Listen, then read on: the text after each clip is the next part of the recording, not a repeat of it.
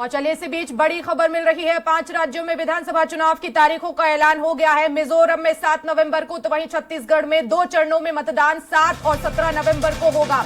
राजस्थान में 23 नवंबर को मतदान होगा, तो वहीं मध्य प्रदेश में 7 नवंबर को वोटिंग होगी। तो बड़ी खबर इस वक्त की बता रहे हैं, तेलंगाना में 30 नवंबर को वोटिंग होगी। 5 राज्यों में विधानसभा चुनाव है और ऐसे में तारीखों का ऐलान हो चुका है।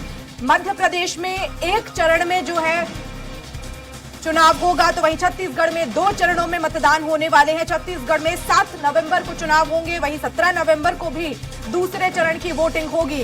तेलंगाना में 30 नवंबर को वोटिंग होने वाली है।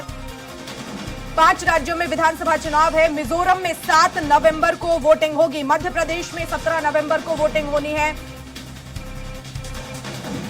और राजस्थान में 23 नवंबर को मतदान होगा।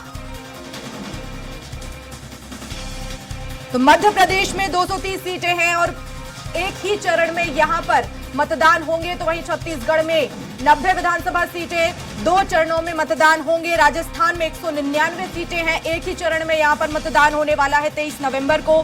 तेलंगाना में कुल 119 सीटें हैं और मिजोरम में 7 नवंबर को मतदान होगा। तो बड़ी खबर इस वक्त की आपको बता रहे हैं, चुनाव आयोग ने प्रेस कॉन्फ्रेंस की है। 5 राज्यों में विधानसभा चुनाव को लेकर ऐलान किया है।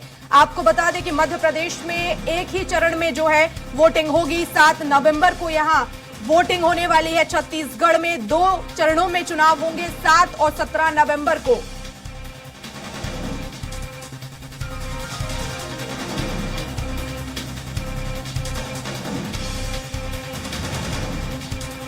बड़ी खबर इस वक्त की बता रहे हैं आपको, 5 राज्यों में विधानसभा चुनावों का ऐलान हो गया है और इसी के साथ आचार संहिता भी इन 5 राज्यों में लागू हो गई है।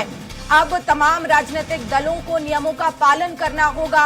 आपको बता दें, 5 राज्यों में चुनाव, मध्य प्रदेश में 1 फेज में चुनाव होंगे, छत्तीसगढ़ में 2 फेज में यहां चुनाव होने वाले हैं। राजस्थान में कुल 200 सीटें हैं, बहुमत के लिए 100 चाहिए और अगर 2018 की बात करें तो कांग्रेस ने 100 सीटें जीती, बीजेपी ने 73 और अन्य पर 26 सीटें जो है वो मिली हैं। और मध्य प्रदेश में 230 विधानसभा सीटें हैं, 116 बहुमत के लिए चाहिए। कांग्रेस को पिछले चुनाव में 114 सीटें मिली, बीजेपी को 109 सीटें मिली बहुमत से दूर, और वहीं अन्य को 7 सीटें मिली हैं। लेकिन समीकरण बदले, 2020 में ज्योतिरादित्य सिंधिया बीजेपी में शामिल हुए और उसके बाद एक बार फिर से मध्य प्रदेश में बीजेपी की सरकार बनी और मुख्यमंत्री शिवराज सिंह चौहान ने चौथी बार मुख्यमंत्री के पद के रूप में शपथ ली है।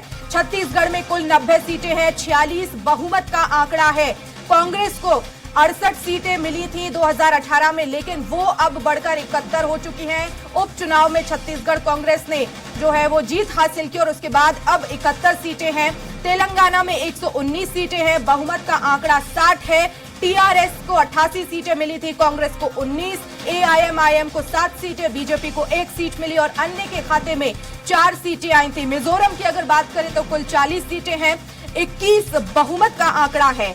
एमएनएफ को 26 सीटें मिली, कांग्रेस को 5, बीजेपी को सिर्फ और सिर्फ 1 सीट मिली थी। तो बड़ी खबर इस वक्त की आपको बता रहे हैं, 5 राज्यों में विधानसभा चुनावों का ऐलान हो चुका है। मध्य प्रदेश और छत्तीसगढ़ में भी तारीखों का ऐलान हो चुका है। मध्य प्रदेश में 230 सीटें हैं, एक ही चरण में चुनाव संपन्न करा लिए जाएंगे 7 नवंबर को, यानी कि दिवाली से पहले ये चुनाव मध्य प्रदेश में पूरे हो जाएंगे।